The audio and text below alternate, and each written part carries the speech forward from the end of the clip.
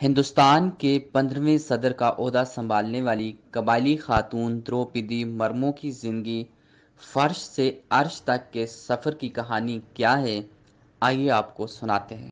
دروپدی مرمو بھارت میں اعلیٰ ترین آئینی عہدے پر پہنچنے والی پہلی قبائلی اور دوسری خاتون صدر بن گئی۔ دروپدی مرمو کی پیدائش 20 جون سن 1958 میں ہوئی۔ وہ ایک بھارتی سیاستدان ہیں جو مئی 2015 کو جھارکھنڈ کی گورنر بنی تھی۔ تاہم اب وہ ملک کی خاتون اول یعنی صدر جمہوریہ بن گئی ہیں۔ 2022 کے صدارتی انتخاب میں نیشنل ڈیموکریٹک الائنس کے امیدوار کے طور پر صدر جمہوریہ منتخب ہوئیں۔ وہ 25 جولائی 2022 کو صدر جمہوریہ کے طور پر حلف اٹھائیں گی۔ دروپدی مرمو آج تک کی سب سے کم عمر ہوں گی، جبکہ وہ پہلی ایسی صدر جمہوریہ ہیں جن کی پیدائش بھارت کی آزادی کے بعد ہوئی ہے۔ ملک کے نومنتخب صدر جمہوریہ دروپدی مرمو کی زندگی پر نظر ڈالی جائے تو اسے فرش سے عرش تک کے سفر کی کہانی سے تعبیر کیا جا سکتا ہے۔ 64 سالہ دروپدی مرمو نے اس سفر میں کئی اتار چڑھاؤ دیکھے ہیں۔ انہوں نے عوامی زندگی کا آغاز بھارتیہ جنتا پارٹی کے ایک سادہ کارکن اور ایک بلدیاتی ادارے کے کونسلر کے طور پر کیا اور دنیا کی سب سے بڑی جمہوریت کے اعلیٰ ترین عہدے پر فائز ہو گئی۔ دروپدی مرمو مشرقی ریاست اوڈیشہ کے میوربھنج ضلع میں پیدا ہوئیں، جو بھارت کے انتہائی دور افتادہ اور سب سے خستہ حال اضلاع میں سے ایک ہے۔ گاؤں میں ابتدائی تعلیم کے بعد انہوں نے ریاستی دارالحکومت کے ویمنز کالج سے گریجویشن کیا اور ایک سرکاری دفتر میں کلرک کے طور پر اپنے کیریئر کا آغاز کیا۔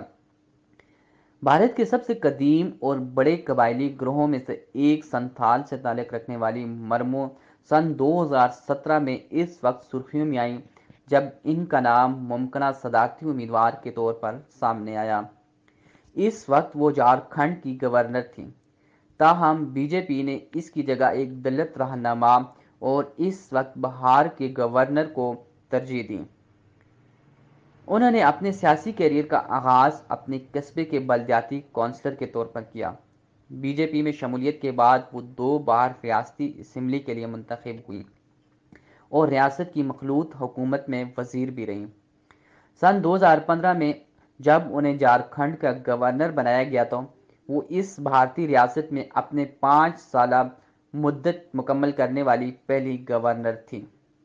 سادہ زندگی گزارنے والی مرمو کو زبردست قوت ارادی کا حامل سمجھا جاتا ہے۔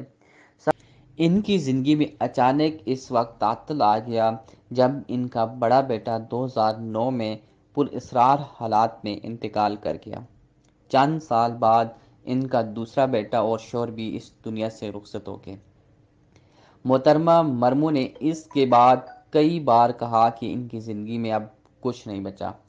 سن 2009 سے سن 2015 یعنی 6 برسوں کے درمیان انہوں نے اپنے شوہر، 2 بیٹوں، والدہ اور بھائی کو کھو دیا۔